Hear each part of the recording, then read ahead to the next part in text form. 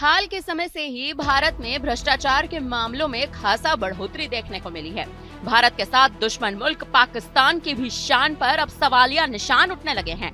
एक और तो दोनों ही देश एक दूसरे को फूटी आंख नहीं भाते, लेकिन वही सवाल जब भ्रष्टाचार पर उठते हैं तो खासा नुकसान दोनों देशों को झेलना पड़ रहा है। ट्रांसपेरेंसी इंटरनेशनल ने 11 फरवरी को अपनी 180 देशों की करप्शन रिपोर्ट जारी की। भारत की रैंकिंग में गिरावट आ चुकी है। आपको बता दें कि साल 2024 की लिस्ट में 3 पायदान पर गिरकर 96वें नंबर पर अब भारत आ चुका है। साल 2023 में भारत 93वें नंबर पर था। इसका मतलब कि हमारे देश में करप्शन लगातार इन 3 वर्षों में बढ़ता नजर आया है। पड़ोसी देश चीन 76वें नंबर पर बरकरार है।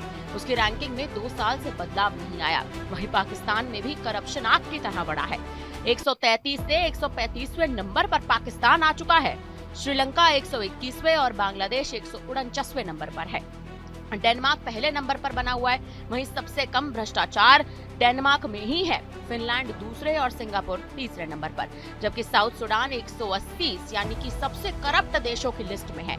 जारी की गई रैंकिंग में 1 नंबर पर रहने वाले देश में सबसे कम भ्रष्टाचार है और 180वें नंबर पर रहने वाले देश में सबसे ज्यादा भ्रष्टाचार बताया जा रहा है। देखा जाए तो भारत में बढ़ रहा करप्शन मोदी सरकार पर अब खासा सवाल खड़े करता है।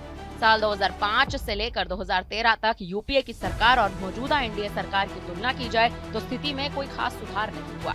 2006 से 2007 में करप्शन के मामले में जरूर रैंकिंग सुधारी है, लेकिन इसी दौरान भारत 70वें और 72वें स्थान पर था। सीपीआई की रिपोर्ट के अनुसार भ्रष्टाचार दुनिया के हर हिस्से में खतरनाक समस्या है। रिसर्च में सामने आया है कि भ्रष्टाचार क्लाइमेट एक्शन के लिए एक बड़ा खतरा बन सकता है। ये एमिशन को कम करने और ग्लोबल हीटिंग के न टाले जा सकने वाले असर की प्रोग्रेस में भी समस्या खड़ी करता है। दरअसल जलवायु नीतियों के लिए आवंटित धन भ्रष्टाचार के कारण सही जगह नहीं पहुंचता, जिससे प्रोजेक्ट्स पूरे नहीं हो पाते हैं। साल 2012 से 32 देशों ने अपने भ्रष्टाचार के स्तर को काफी कम किया, लेकिन अभी भी बहुत काम बाकी है, क्योंकि 148 देश इसी समय के दौरान अपनी पोजीशन पर स्थिर रहे हैं या उनकी हालत और खराब होती गई है।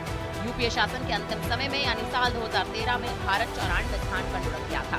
वहीं एनडीए के कार्यकाल में सबसे अच्छी स्थिति 2015 में रही, तब भारत वर्ल्ड रैंकिंग में 76वें स्थान पर पहुंच गया था। लेकिन अब एक बार फिर से भारत के नाम पर ये जो भ्रष्टाचार का टैग लगता नजर आ रहा है, ये टैग मोदी सरकार की रणनीति पर बड़े सवाल खड़ा करता है।